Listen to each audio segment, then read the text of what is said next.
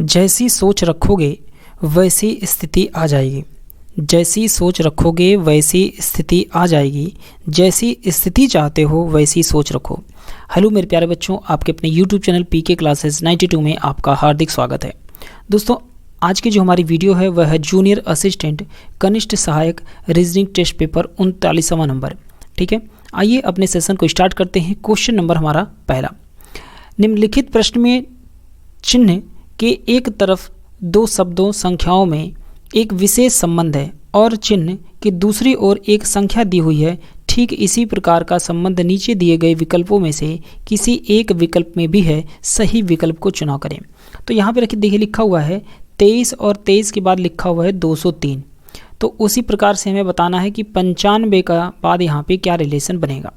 तो 23 के 203 की अगर हम बात करें तो एक जनरली अगर हम एक लॉजिकल तरीके से इसमें सोचा जाए तो ध्यान रखिए कि यहाँ पे जो 2 लिखा है 2 और 3 के बीच में बस एक जीरो बढ़ा दिया गया। क्या किया गया है? एक जीरो बढ़ा दिया गया तो 203 हो गया। ठीक है, उसी तरह से 95 में हम क्या करेंगे, 9 और 5 लिख करके इसके बीच में जीरो लगा देंगे तो ये हो जाएगा 905। यानी कि विकल्प में देखिए 905 पे दिया है तो option number B is right answer हो जाएगा, अगर एक लॉजिक ये बन रहा है तो।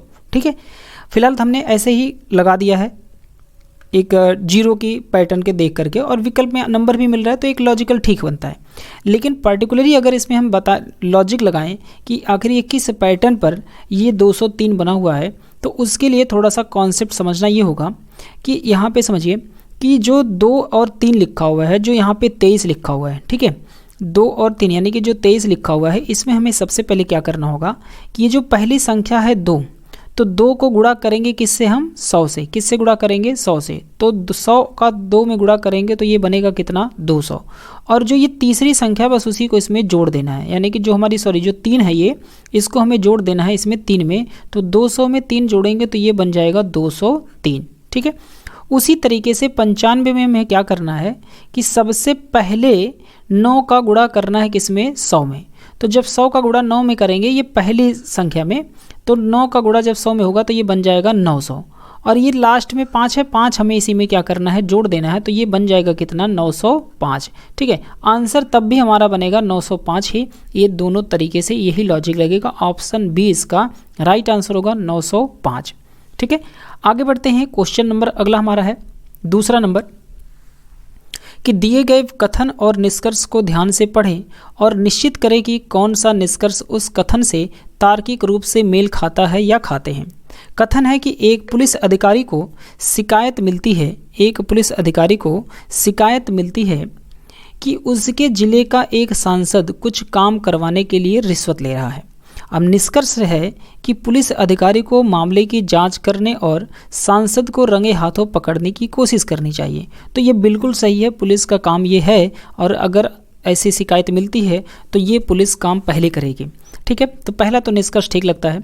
आगे देख लेते हैं, दूसरे निष्कर्ष की बात कर लेते हैं। पुलिस अधिकारी को कुछ और शिकायतों का इंतजार करना चाहिए और फिर सांसद को रंगे हाथों पकड़ना चाहिए। तो ये बिल्कुल गलत है और इंतजार नहीं करना है कि अगर कोई खूनी एक बार खून कर दिया तो इसका मतलब उसका और थोड़ी इंतजार करेंगे कि और 2 4 10 20 लोगों को मार दे तब हम ऐसी कार्रवाई पुलिस करेगी। ऐसा नहीं, पुलिस का काम है कि अगर कोई सूचना मिलती है तो तत्काल उस पर कार्रवाई करे। ठीक है, उसकी जाँच पड़ताल करे, उसकी सटीकता से कि क्या सत्य है क्या असत्य है, उसके हिसाब से कार्रवाई करे। ठीक है, तो ये आंसर हमारा होगा यहाँ पे पहला नंबर, केवल निष्कर्ष फर्स्ट मेल खाता है। Option first is the right answer. आगे बढ़ते हैं। क्वेश्चन नंबर हमारा तीसरा है कि कौन सा विकल्प दी गई श्रृंखला को पूरा करता है। तो 4/, यहाँ पे 9 है, इसके बाद 9/20 है, इसके बाद यहाँ पे क्वेश्चन मार्क लगा हुआ है और यहाँ पर 39/86 लिखा हुआ है। ठीक है, अब यहाँ पे ध्यान रखिए, सबसे पहले हमने क्या करना है कि 4 और यहाँ पे 9 है, तो ऊपर और ऊपर की संख्या में अगर हम बात करते हैं तो 4 और 9 में तो गुणा 2 कर दें, 4 दूनी 8 और कितना हो जाएगा? 1 9 हो जाएगा। ठीक है, फिर अब 9 का गुणा हमें किस में करना है? 2 में। तो 9 दूनी 18 और प्लस 1 कितना हो जाएगा? यहाँ पे 19, यानी कि सबसे पहले 19 आएगा। और यहाँ पे देखिए ऑप्शन नंबर बी में यहाँ लिखा हुआ भी है 19 पहले नंबर पे। ठीक है, अब आगे चेक करते हैं कि वैल्यू आ रही कि नहीं आ रही। तो 19 का गुणा करते हैं 2 में तो 19 दूनी 38 और 1 जोड़ेंगे तो 39 हो जाएगा। तो मतलब ये हमारा सबसे पहले नंबर पे ये परफिक्स है कि यहाँ पर 19 ही आएगा और विकल्प बी सही लग रहा है, बाकी कहीं 19 नहीं है। तो option B is the right answer हो जाएगा। आगे हमें एग्ज़ाम में चेक नहीं करना प्रॉपर कि बाकी हम नीचे की भी वैल्यू चेक कर लें या प्रॉपर, ऐसा समय वेस्ट नहीं करेंगे। हम फिलहाल आंसर लगा के बढ़ जाएंगे आगे की हम बात करते हैं इसको डिटेल में, फिर आगे भी चेक कर लेते हैं, कोई दिक्कत नहीं है। 9 का गुणा करते हैं 2 में तो 9 दूनी 18 हो जाएगा और प्लस यहाँ पे 2 करेंगे तो 20 हो जाएगा। अब 20 का दोगुना करेंगे तो 40 हो जाएगा और 40 में 2 जोड़ेंगे तो यहाँ पर 42 हो जाएगा। देखिए बी नंबर यहाँ पे 42 भी आ रहा है। अब 42 का गुणा अगर हम करते हैं 2 में तो 42 दूना हो जाएगा 84 और प्लस 2 करेंगे तो 86 हो जाएगा। मतलब 19/42 ही हमारा आंसर सही है। इस तरह से हम आंसर को लगाएंगे। कभी भी ध्यान रखिएगा, अगर विकल्प मैच करते हैं, विकल्प को हमेशा एलिमिनेट करना सीखिए। विकल्प जल्दी से काट करके जो सही होगा उसको लगा के आगे बढ़ जाएंगे। हम प्रॉपर सोल्यूशन पर और प्रॉपर एग्जैक्ट वैल्यू देखने पे बहुत ज़्यादा विचार विमर्श नहीं करेंगे, इस पे समय हमारा नुकसान जाता है एग्ज़ाम हॉल में। ठीक है, फिलहाल अभी हम प्रैक्टिस कर रहे हैं तो प्रैक्टिस में सारी चीज़ें बिल्कुल क्लियर से अच्छे से समझ लेते हैं। तो इसका आंसर जो होगा वो बी नंबर हो जाएगा, दूसरा नंबर। आगे बढ़ते हैं, क्वेश्चन नंबर हमारा चौथा है कि किसी ट्रैवल एजेंट ने 100 लोगों का सर्वेक्षण किया। ठीक है, 100 लोगों का सर्वेक्षण किया गया है। तो ये जो 100 लोग हैं ये हैं टोटल, कुल जो व्यक्ति हैं वो कितने हैं, 100 लोगों का सर्वेक्षण करता है। फिर कह रहा है कि ताकि यह पता लगा सके कि उनमें से कितने मुंबई और बेंगलुरु शहर गए थे, तो 31 लोग जो है मुंबई आए थे, 26 लोग बेंगलुरु गए थे और 12 लोग दोनों शहरों में गए थे। उन लोगों की संख्या ज्ञात करें जो ना तो मुंबई और ना ही बेंगलुरु गए थे। ठीक है, हमें उनकी संख्या फाइंड आउट करनी है। तो सबसे पहले यहाँ पे देखिए कुल जो व्यक्तियों की संख्या वो कितनी है, वो है 100। अब यहाँ पर जो सर्कल बनेगा हमारा, ये सबसे पहले बन जाएगा हमारा मुंबई का, और एक सर्कल हमारा बनेगा, ये बनेगा बेंगलुरु का। ठीक है, अब इसमें शर्त ये कहा गया है कि 31 लोग मुंबई गए थे। मुंबई जाने वालों के लोगों की जो संख्या है वो कितनी है, वो 31 है। 26 लोग बेंगलुरु गए थे और 26 लोग क्या गए थे, बेंगलुरु गए थे, जिनमें से 12 लोग दोनों शहरों में गए थे। अब 12 लोग यहाँ बीच में आ जाएंगे क्योंकि दोनों शहर में गए थे, मुंबई भी गए थे और बेंगलुरु भी गए थे, तो दोनों में जाने वाले संख्या जो थे वो 12 थे। अब क्या करना है, 31 लोग हैं जो टोटल मुंबई में, मतलब ये जो मुंबई का पूरा सर्कल है इसमें टोटल 31 लोग थे, जिसमें से 12 लोग बेंगलुरु भी चले गए। तो 31 में से जब हम 12 घटाएंगे तो यहाँ पर बचेगा 19, यानी कि केवल मुंबई जाने वालों की संख्या बचेगी 19। अब देखिए 19 और 12 जोड़ेंगे तो 31 हो जाएगा। अब ये 12 बेंगलुरु भी गए हैं, इसका मतलब 26 में से जब हम 12 घटाएंगे तो यहाँ पर बचेगा 14। ये 14 लोग होंगे जो केवल कहाँ जाते हैं, केवल बेंगलुरु जाते हैं। ठीक है, अब यहाँ पर शर्त ये पूछी जा रही है कि ऐसे कितने लोगों को, उन लोगों की संख्या ज्ञात करनी है जो ना तो मुंबई गए हैं और ना ही बेंगलुरु गए हैं। तो ट्रेवल करने वालों की संख्या इतनी है, 19 मुंबई और 14 जो है वो बेंगलुरु हैं और 12 जो है वो दोनों में गए थे। तो सबसे पहले हमें क्या करना है कि 100 लोग हैं टोटल। अब इसमें से घटा देंगे किसको, 19 और प्लस में 14 और प्लस में 12 को जोड़ करके। ठीक है, तो 100 और माइनस यहाँ पे 19, 14 और 12 जो होगा वो कितना हो जाएगा, यहाँ पे जोड़ेंगे अगर हम लोग तो 19 और 1 इसमें से ले लेते हैं 20। ठीक है, 19 और 1 इसमें से ले लेंगे हम लोग तो 20 हो जाएगा। 20 और 10 यहाँ पे 30 और 30 हो जाएगा। ठीक है, और 3 33, 33 और 2 कितना हो जाएगा यहाँ पे 35, 35 10 45। ठीक है, तो यहाँ पे हो गए टोटल 45। अब 100 में से 45 घटाएंगे तो जो संख्या बचेगी वो बचेगी 55, यानी कि 55 लोग ऐसे हैं जो किसी भी शहर यानी कि ना तो मुंबई और ना ही बेंगलुरु गए हैं। तो यहाँ पर आंसर जो होगा वो हमारा बी नंबर हो जाएगा, केवल 55 लोग ऐसे हैं जो ना मुंबई गए हैं और ना ही बेंगलुरु गए हैं। ठीक है, option number B is the right answer. आगे बढ़ते हैं, क्वेश्चन नंबर हमारा अगला है कि सभी पौधे पेड़ हैं। सभी पौधे जो हैं वह पेड़ हैं, तो ये सभी पौधे हो जाएंगे और सभी पौधे जो हैं वो पेड़ है तो पेड़ के अंदर हो जाएंगे। ठीक, कोई पेड़ हरा नहीं है और जो कोई पेड़ है वह हरा नहीं है, इसका मतलब यहाँ पे कट कर देंगे। ठीक है, अब निर्णय है कि कुछ पौधे हरे हैं, कुछ पौधे हरे हैं, मतलब हरा यहाँ है पौधे यहाँ है, तो इनके बीच में कोई रिलेशन नहीं है, इसलिए इसको कट कर देंगे। ठीक है, इसको कट कर देंगे। आगे बढ़ते हैं, जो पौधे पेड़ नहीं है वे हरे हैं, जो पौधे पेड़ नहीं हैं वे हरे हैं, तो ऐसा कुछ नहीं है क्योंकि पेड़ और हरे के बीच में कोई भी रिलेशन नहीं है, इसलिए ऐसा भी नहीं कहा जा सकता। ठीक है, तो इसलिए निष्कर्ष ना तो पहला और ना ही निष्कर्ष दूसरा सही है, तो आंसर यहाँ पे जो होगा वो डी हो जाएगा। आगे बढ़ते हैं, क्वेश्चन नंबर हमारा छठा है कि चिन्ह के बाईं ओर दिए गए पहले 2 चित्रों में एक विशेष संबंध है, यही संबंध चिन्ह के दाईं ओर प्रदर्शित दूसरे चित्र युग्म में भी कायम है। जिसमें एक चित्र गायब है। इनमें से कौन सा चित्र इस चित्र युग्म पर सही बैठता है?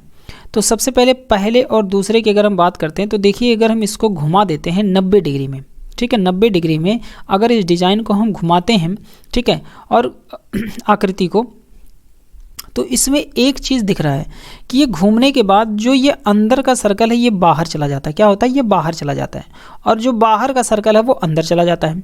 तो इसी प्रकार से जब हम इसको भी 90 डिग्री घुमाएंगे तो जो हमारा चित्र बनेगा, है ना, जो हमारा चित्र बनेगा वो ध्यान रखिएगा हमेशा, ठीक है, जो चित्र हमारा बनेगा वो अंदर जो चीज़ें थी वो चली जाएंगी बाहर। क्या चली जाएंगी? ऐसे चली जाएंगी बाहर, ठीक है, वो हमारे बाहर चली जाएंगे। क्लियर है? जो चित्र हमारा बनेगा वो इस प्रकार से बन जाएगा कि जो ये बाहर दिख रहा है वो अंदर चला जाएगा, और जो अंदर है वो कहाँ चला जाएगा? बाहर। तो इसका मतलब यहाँ पर जो बनेगा, तो ये बी आंसर कैंसिल हो जाएगा, डी भी कैंसिल होगा, क्योंकि बाहर जो है वो अंदर रहना चाहिए। अब यहाँ पर देखिए ए में कि बाहर की चीज़ अंदर हो गई, अंदर जो बॉक्स है वो भी अंदर ही है, तो ये भी नहीं होगा। ऑप्शन बचा हमारे पास कौन सा? तीसरा नंबर। इसलिए इसका आंसर जो हो जाएगा वो थर्ड हो जाएगा, ठीक है, option C is the right answer. आगे बढ़ते हैं, क्वेश्चन नंबर हमारा अगला है। एक आदमी ने एक लड़के को दिखाया और कहा कि वह मेरी पत्नी की भाभी का बेटा है, लेकिन मैं अपने माता पिता की इकलौती संतान हूँ। उस आदमी का बेटा उस लड़के से किस प्रकार संबंधित होगा? तो सबसे पहले ध्यान रखिए कि एक, मान लीजिए यहाँ पर एक आदमी है, ठीक है, इस आदमी ने क्या किया, ये मेल पर्सन है, एक लड़के की तरफ इशारा करके बताता है, ये एक लड़का हो गया, ठीक है, यह एक लड़का हो गया, और चूँकि लड़का है तो ये मेल पर्सन है, तो इसलिए हम मेल के लिए प्लस और फीमेल के लिए माइनस सब यूज़ करेंगे, ठीक है।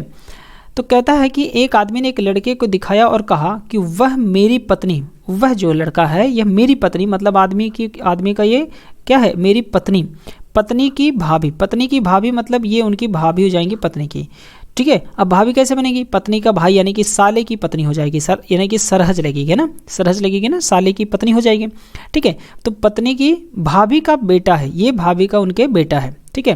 तो इसका मतलब अगर ये इनकी माँ हो गई और इनकी माँ की मतलब इनकी माँ हो गई, तो इनके पिता की ये कौन है? ये बहन होंगी, तो इसका मतलब ये बुआ लगेंगे, और जब ये बुआ लगेंगे तो ये क्या लगेंगे? फूफा लगेंगे, ठीक है, रिलेशन ये बनेगा। लेकिन मैं अपने माता पिता की इकलौती संतान हूँ, ठीक है। उस आदमी का बेटा मतलब इस आदमी का जो एक बेटा होगा, ये इस बेटे का, उस आदमी का बेटा उस लड़के से किस प्रकार संबंधित होगा ये बताना है, ठीक है। तो ध्यान रखिए, उस आदमी का बेटा उस लड़के से किस प्रकार संबंधित होगा, तो इसका मतलब ये इनकी माता जी हैं, और चूंकि ये पत्नी इनकी जो है इनकी भाभी ये हैं, तो भैया की वाइफ होंगी, ठीक है। तो इसका मतलब ये भैया की वाइफ है, तो इसका मतलब ये भाई की क्या है? उनके अपने भाई की बहन हो जाएंगे, ठीक, मतलब इनके पिता की ये बहन है, तो बहन है मतलब बुआ लगेंगी, और ये लगेंगे फूफा, तो उनका एक लड़का है, तो क्या लगेगा? फुफेरा भाई लगेगा। Option number A is the right answer, यहाँ पर आंसर होगा फुफेरा भाई, ठीक है। आगे बढ़ते हैं, क्वेश्चन नंबर अगला हमारा है कि टीवी देखने वाले 500 दर्शकों के बीच हुए सर्वेक्षण में निम्नलिखित जानकारी प्राप्त हुई है, ठीक है। टोटल जो हैं वो कितने हैं? वह है 500, टोटल जो टोटल संख्या है वो है 500। 285 दर्शक फुटबॉल खेलते हैं, 285 दर्शक कितने हैं? 285 जो हैं वो फुटबॉल खेलते हैं। 195 जो दर्शक हैं वह हॉकी खेलते हैं। इसके बाद 115 दर्शक जो हैं वो बास्केटबॉल खेलते हैं, ठीक है। कह रहा है कि 45 दर्शक फुटबॉल और बास्केटबॉल खेल देखते हैं। अब जो 45 लोग हैं वह क्या करते हैं? वह फुटबॉल और प्लस में बास्केटबॉल देखते हैं। 70 दर्शक ऐसे हैं जो फुटबॉल और प्लस में हॉकी देखते हैं, ठीक है। और 50 दर्शक हॉकी, जो 50 दर्शक हैं वो हॉकी और प्लस में बास्केटबॉल देखते हैं। और कह रहा है कि 50 दर्शक तीनों में से कोई भी खेल नहीं देखते। इसका मतलब जो टोटल 500 हैं उसमें से 50 घटा देंगे तो 450 लोग ही ऐसे हैं जो दर्शक हैं जो खेल को खेलते हैं या देखते हैं, ठीक है ना, देखते हैं। तो कितने दर्शक तीनों खेलों में से किसी एक खेल को देखते हैं, ठीक है, खेल को तो देखते हैं। अब हमें ये फाइंड आउट करना है, ये बताना है। तो सबसे पहले आप एक बॉक्स को ऐसे समझिए कि ये 3 बॉक्स है, 3 खेल है, ठीक है, ये 3 खेल हो गया, जिसमें से सबसे पहले यहाँ पर होगा फुटबॉल, और यहाँ पर जो होगा वो होगा हॉकी, और यहाँ पर जो होगा वो बास्केटबॉल होगा, ठीक है। अब बास्केटबॉल, यहाँ पे फुटबॉल खेलने वालों की जो संख्या है वो 285 है, हॉकी खेलने वालों की संख्या 195 है और बास्केटबॉल खेलने वालों की संख्या 115 है। ठीक है, अब कंडीशन ये है कि टोटल जो व्यक्ति हैं खेल देखने वाले हैं वो हैं 450, क्योंकि 50 दर्शक तीनों में से कोई खेल नहीं देखता है, तो देखने वालों की संख्या तो टोटल बची कितनी, 450। अब हमें 450 में से क्या करना है, सबसे पहले माइनस करना है। क्या करना है, माइनस करना है किसको, तो सबसे पहले हमें माइनस किसको करना है, ये ध्यान से समझिए कि हमें तीनों खेल देखने वालों की संख्या कितनी है ये प्राप्त करने के लिए। तो हमें क्या करना है, 450 माइनस, अब हमें 285, यानी कि 285 फुटबॉल खेलते हैं तो 285 और प्लस में 195 और प्लस में 115, इसके बाद हमें माइनस करना है कितना, 70 प्लस में 45 और प्लस में 50, इन तीनों को जोड़ देना है। जो इन तीनों को क्या करना है, हमें जोड़ देना है और जोड़ करके घटा देना है। तो 450 और माइनस यहाँ पे 285, 195 और 115 जब जोड़ेंगे तो ये बनेगा टोटल 595। और फिर हमें क्या करना है, माइनस कर देना है 70, 45 और 50 को जब जोड़ेंगे तो यह बनेगा 165। ठीक है, अब हमें क्या करना है, 595 माइनस 165 जब करेंगे, ठीक है, 595 माइनस 165 जब हम करेंगे तो इसका मतलब यहाँ पर जो बनेगा हमारे पास टोटल वह बन जाएगा कि 450 माइनस 595 माइनस 165 हम कर देते हैं तो यहाँ पर हमको मिल जाएगा 430। और टोटल में से अब हमें 450 में से, यानी कि हम यहाँ पे बराबर सिंबल लगा देते हैं, अब हमें 450 में से क्या करना है, 430 घटा देना है। तो जब हम घटाएंगे 450 में से जब हम 30 घटाएंगे 430 तो यहाँ पर मिलेगा हमें 20, यानी कि 20 लोग ऐसे होंगे जो ये तीनों खेल को क्या करते हैं, देखते होंगे। ठीक है, अब तीनों खेल देखने वालों की संख्या में पता चल गई कितनी है, ये 20 हो गई जो तीनों खेलों को देखते हैं। ठीक है, अब ध्यान से समझिए 45 लोग हैं जो फुटबॉल और क्या है, बास्केटबॉल देखते हैं। तो 45 अगर फुटबॉल और बास्केटबॉल देखते हैं तो 20 इसमें से चले गए तीनों में, तो इसका मतलब 45 में से 20 घटेगा तो यहाँ पर बचेगा केवल 25 लोग ऐसे हैं जो फुटबॉल और बास्केटबॉल देखते हैं, और 20 में इसमें 20 और शामिल थे जो क्या देखते हैं, हॉकी भी देखने चले गए। अब 20 यहाँ पर हॉकी वाले हैं, तो हॉकी और बास्केटबॉल की बात करें तो हॉकी और बास्केटबॉल में कितने हैं, 50 हैं, तो जिसमें से 20 इसमें क्या है, फुटबॉल भी देखते हैं, तो यहाँ पर बचेंगे कितनी संख्या, 30 बच जाएगी। ठीक है, यहाँ पर बचेगी 30। अब 70 लोग ऐसे हैं जो फुटबॉल और हॉकी देखते हैं, जिसमें से 20 लोग क्या है, बास्केटबॉल भी देख रहे हैं, तो 70 में से 20 घटाएंगे तो बचेंगे कितने, 50। अब 50 ऐसे हो गए जो फुटबॉल और हॉकी, और 20 इसमें हैं जो ऐसे चले जाते हैं जो बास्केटबॉल, जो तीनों में शामिल हैं। ठीक है, अब ये संख्या प्राप्त हो गई हमें। अब 285 में हमें क्या करना है, 50, 20 और 25 को तीनों को जोड़ करके 285 में से जब घटाएंगे तो हमको संख्या प्राप्त होगी 190। 190 केवल व्यक्ति ऐसे हैं जो फुटबॉल देखते हैं। हॉकी देखने वालों की टोटल कितनी है, 50 और 30 कितना हो जाएगा, 80 और 20 कितना, 100। अब हम टोटल हमें जो यहाँ मिलेगा वो मिलेगा 95 लोग केवल हॉकी देखते हैं। अब 30, 20, 50 और 25 कितना हो जाएगा, 75। अब 115 में से 75 घटाएंगे तो यहाँ पर बचेगा 40 व्यक्ति ऐसे हैं जो टोटल क्या करते हैं, जो केवल जो है बास्केटबॉल खेलते हैं। अब हमसे पूछा गया है कि कितने दर्शक तीनों खेलों में से किसी एक खेल को तो देखते ही देखते हैं। अब हमें जब तीनों में से किसी एक को देखते ही देखते हैं तो 190, अब जोड़ दीजिए, तीनों एक देखते हैं तो 190 एक देखते हैं, हॉकी देखने वाले हैं। उसके बाद प्लस में कितना, 95 और प्लस में कितना, 40। ये 95 और ये 40, तो ये कोई ना कोई खेल देखते ही देखते हैं, मतलब एक देखने वाले। ठीक है, तो 190 और 95 और प्लस में 40, इन सब को जब हम जोड़ेंगे तो हमको मिलेगा 325। कितना मिल जाएगा, 325। तो आंसर यहाँ हो जाएगा 325। D number option is the right answer. तो 190 लोग हैं जो केवल फुटबॉल देखते हैं। ठीक है, इसके बाद यहाँ पे 95 लोग हैं जो केवल हॉकी देखते हैं और 40 लोग हैं जो केवल बास्केटबॉल देखते हैं। तो जो संख्या हमें प्राप्त होगी सबको जोड़ेंगे तो 325 हमें संख्या प्राप्त हो जाएगी। Option number D is the right answer. आगे बढ़ते हैं, क्वेश्चन नंबर अगला हमारा है कि नीचे एक घन के दो दृश्य दिखाए गए हैं, डी के विपरीत में कौन सा अक्षर होगा। अब डी के विपरीत हमें बताना है, तो इन दोनों में देखिए कोई कॉमन है जो यहाँ पे दिख रहा है, ए और सी। तो ए और सी अगर कॉमन है तो यहाँ पर जो नंबर बचता है वो एक दूसरे का विपरीत होता है, तो डी के विपरीत में बी हो जाएगा। Option number B is the right answer. ठीक है, आगे बढ़ते हैं, क्वेश्चन नंबर अगला हमारा है नेक्स्ट नंबर, यदि 1 जनवरी 2001 को रविवार है। अब 1 जनवरी 2001 को रविवार है, मतलब संडे है, ठीक है। तो आपसे पूछ रहा है कि 1 जनवरी 2003 को सप्ताह का कौन सा दिन होगा। तो कभी भी ध्यान रखिए कि 1 जनवरी और 2000 यहाँ पे 2 बनेगा और फिर 1 जनवरी 2003 बनेगा। तो जब हम कभी भी किसी भी सामान्य वर्ष से और किसी सामान्य वर्ष में जाते हैं और डेट सेम होती है तो हम 1 दिन बढ़ा देते हैं। कितना दिन बढ़ाते हैं? 1 दिन बढ़ाते हैं। तो यहाँ पर 1 जनवरी सन 2001 से 1 जनवरी सन 2002 को जो यहाँ पे हमारा जो डे आएगा वो उसमें 1 दिन की बढ़ोतरी कर देंगे। तो यानी कि संडे के बजाय यहाँ पे क्या हो जाएगा? मंडे हो जाएगा। क्या हो जाएगा? मंडे। अब अगर हमें क्या करना है कि 1 जनवरी जब 2002 को हमें मंडे पता चल गया तो 1 जनवरी 2003 को ये भी सामान्य वर्ष ही है, तो 1 जनवरी 2003 को भी यहाँ पे 1 दिन बढ़ा देंगे तो यहाँ पर आ जाएगा ट्यूसडे यानी कि मंगलवार। क्या करेंगे? मंगलवार, जिसका आंसर यहाँ पे होगा सी नंबर यानी कि मंगलवार इसका आंसर सही हो जाएगा। तो जब कभी भी सेम डेट से सेम डेट जाते हैं और सामान्य वर्ष ही रहता है तो हमेशा ध्यान रखिएगा सेम डेट से सेम डेट में सामान्य वर्ष में एंटर करने पर हम सिर्फ 1 बढ़ाते हैं, ठीक है। और सामान्य वर्ष में साल का पहला दिन और साल का आखिरी दिन बिल्कुल सेम होता है और अगर डेट सेम होती है तो हम उसमें 1 दिन बढ़ाते हैं। अगर लीप वर्ष होता है तो हम उसमें 2 दिन बढ़ाते हैं। आगे बढ़ते हैं, क्वेश्चन नंबर हमारा 11 नंबर। कुछ समीकरण किसी विशेष प्रणाली के आधार पर हल किए गए हैं, इसी आधार पर हल न किए गए समीकरण का सही उत्तर ज्ञात कीजिए।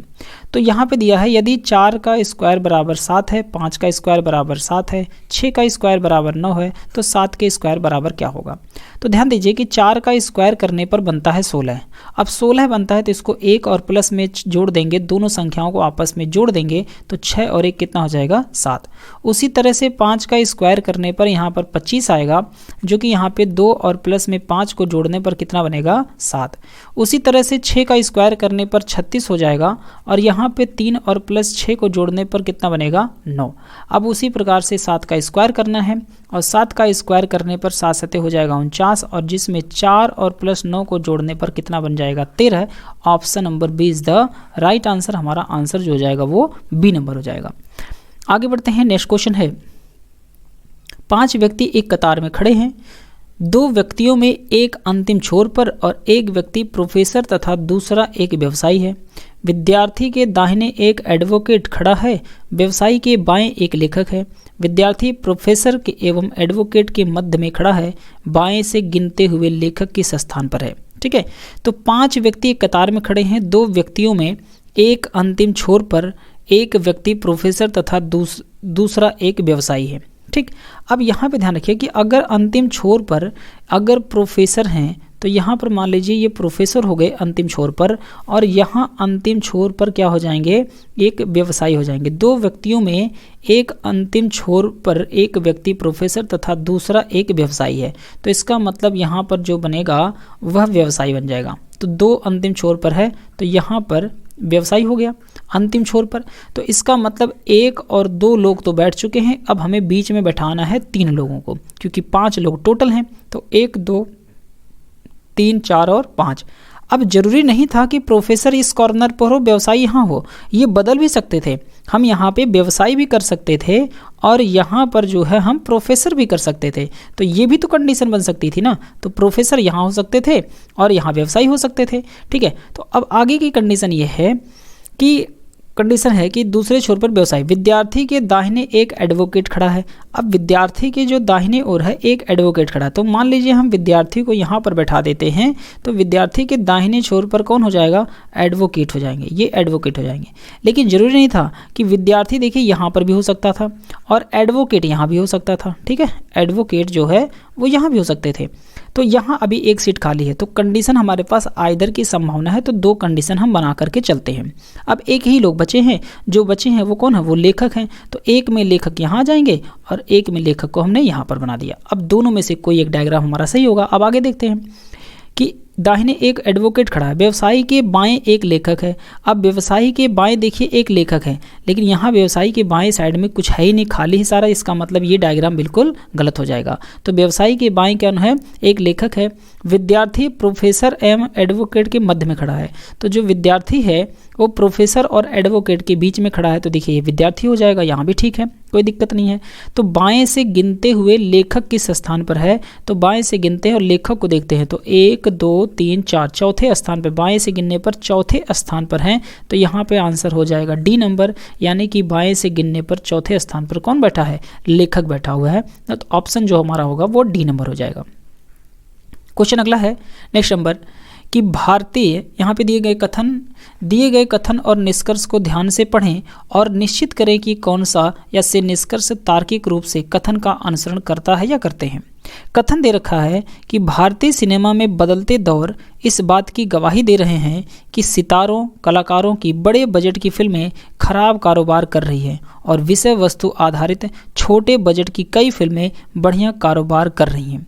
अब निष्कर्ष कहता है कि सितारों यानी कि कलाकारों के चयन को अधिक महत्व न देते हुए अपनी कथा सामग्री के कारण छोटे बजट की फिल्में अत्यंत सफल रही हैं। ठीक है, तो ये पहला कंक्लूजन बिल्कुल सही बैठ सकता है। अभी हम फिलहाल और आगे पढ़ लेते हैं क्या कह रहा है कि बड़े सितारों कलाकारों के चयन के कारण बड़े बजट की फिल्में बॉक्स ऑफिस पर असफल रही हैं। तो ये बिल्कुल गलत है, ऐसा नहीं है। ठीक है, तो दो ही निष्कर्ष हमारे पास दिए हुए थे। तो यहाँ पे जो सबसे पहला बैठेगा वो हमारा केवल निष्कर्ष फर्स्ट अनुसरण करता है। ऑप्शन यहाँ पे हो जाएगा ए नंबर, केवल निष्कर्ष फर्स्ट अनुसरण करता है, यानी कि केवल पहला ही यहाँ पे सही हो जाएगा। ठीक है, आगे बढ़ते हैं। क्वेश्चन नंबर अगला है कि उस आरेख को पहचाने जो दिए गए वर्गों के बीच सर्वश्रेष्ठ संबंध को दर्शाता है। जानवर, कुत्ते, पालतू जानवर। तो सबसे पहले ध्यान रखिएगा कि जो सबसे पहले बनेगा वो बनेगा जानवर। एक तो ग्राफ बनेगा हमारा, वो हो जाएगा जानवर का। अब जानवर के अंदर कुत्ते जो होंगे वो कुत्ता तो जानवर है ही, तो ये हो जाएगा कुत्ता का, क्योंकि कुत्ता जो है वो जानवर की ही श्रेणी में आता है, तो सभी कुत्ते जो है वो जानवर हो जाएंगे। अब क्या है कि कुत्ते जो है पालतू, अब कुछ ही कुत्ते क्या होंगे, वो पालतू होंगे। ठीक है, पालतू जो होंगे वो कुछ ही होंगे पालतू जानवर। ठीक है, क्योंकि सारे कुत्ते जो है पालतू नहीं होते हैं, इसलिए सम का केस बनेगा, कुछ कुत्ता जो है पालतू हो सकता है।